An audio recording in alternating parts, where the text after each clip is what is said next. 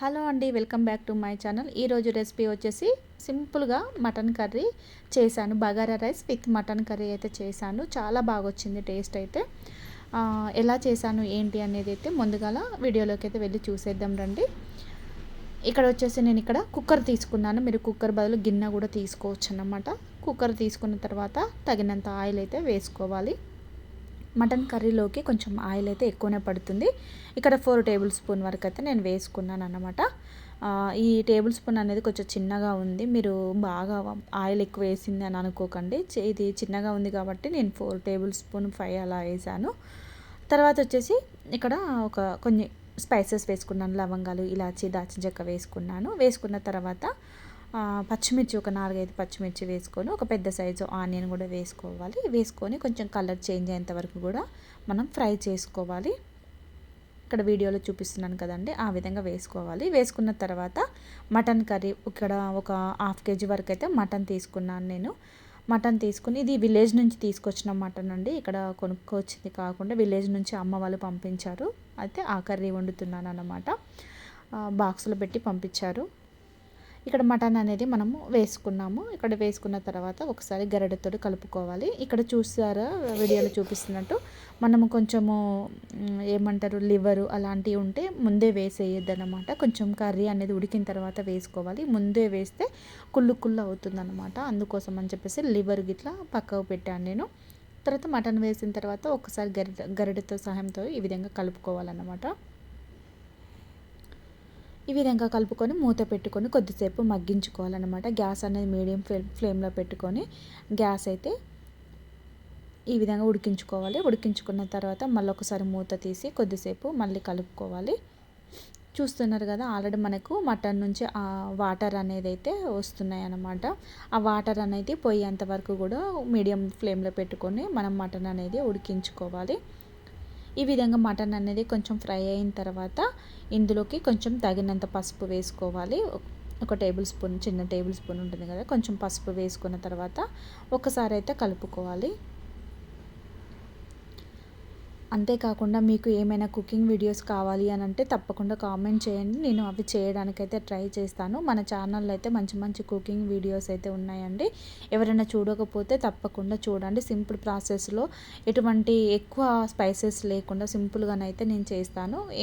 మీరు కావాలి అని అంటే ఒకసారి చెక్ చేయండి మన కుకింగ్ వీడియోస్ అయితే. తప్పకుండా చూడండి. ఏమైనా డౌట్స్ ఉన్నా కూడా కామెంట్ చేయండి, రిప్లై ఇస్తాను. తర్వాత అల్లం వెల్లుల్లి పేస్ట్ అయితే వేసుకున్నాను. వేసుకొని ఒకసారి మొత్తం కూడా కలుపుకోవాలి.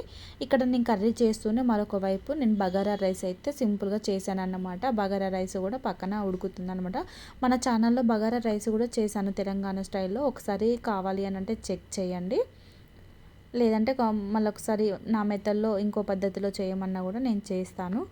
తర్వాత ఒకసారి కలుపుకున్న తర్వాత అల్లం వాసన పోయేంత వరకు కూడా ఫ్రై చేసుకొని ఇక్కడ సాల్ట్ అనేది వేసుకోవాలి. ఇక్కడ మీరు సన్నుప్పు వేసుకోవచ్చు, లావుదన్నా వేసుకోవచ్చు. నేనైతే లావుది ఉంటుంది కదండి కల్లుప్పు, అది వేసుకున్నాను. వేసుకొని ఒకసారి కలుపుకున్న తర్వాత మీకు చెప్పాను కదా, లివర్ కానీ బ్లడ్ కానీ అలాంటివి ఏమైనా ఉంటే ముందే వేయొద్దు అని. ఇప్పుడు మనకు ఒక 50% వరకు ఉడికిన తర్వాత ఇప్పుడు వేసుకోవాలన్నమాట.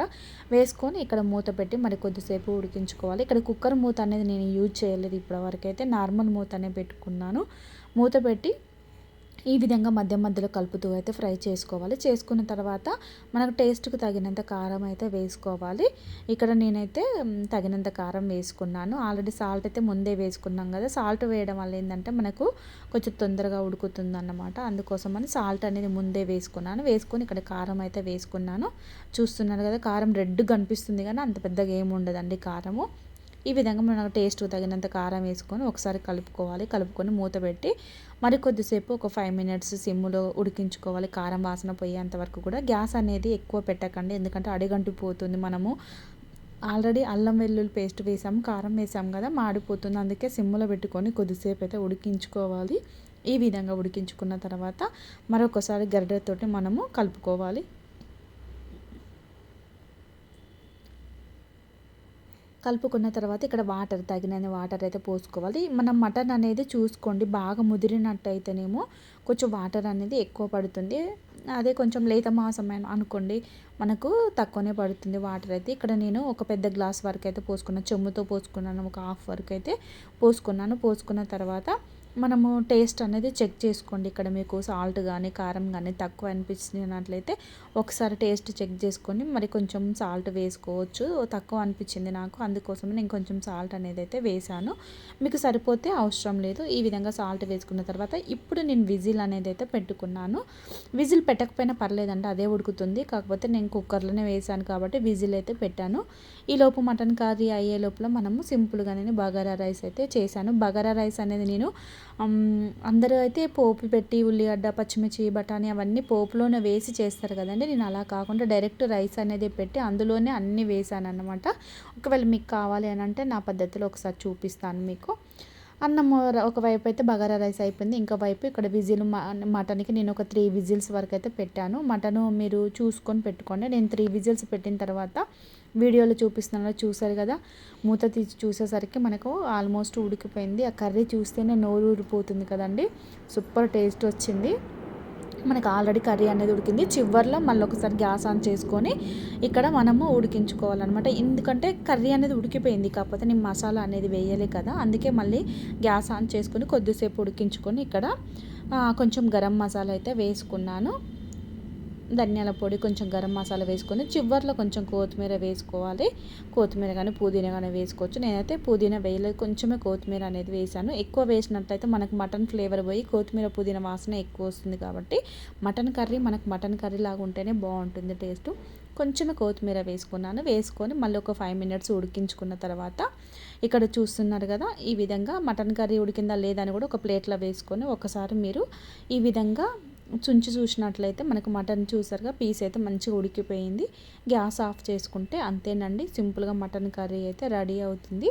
మీరు కూడా ఒక్కసారి తప్పకుండా ట్రై చేయండి. సూపర్ టేస్ట్గా ఉంటుంది. ఎటువంటి మసాలాలు అంత పెద్దగా ఎక్కువ అయితే ఏం అవసరం లేదండి, సింపుల్గా వేసుకోవచ్చు. మనకు బగారా రైస్ ఆల్రెడీ చేసాం కాబట్టి mutton curry bagara rice super Telangana స్టైల్లో చాలా బాగుంటుంది. మనకు తెలంగాణలో ఫేమస్ ఏంటి, mutton curry and bagara rice. మీరు కూడా తప్పకుండా ట్రై చేయండి. వీడియో నచ్చినట్లయితే లైక్ చేయండి.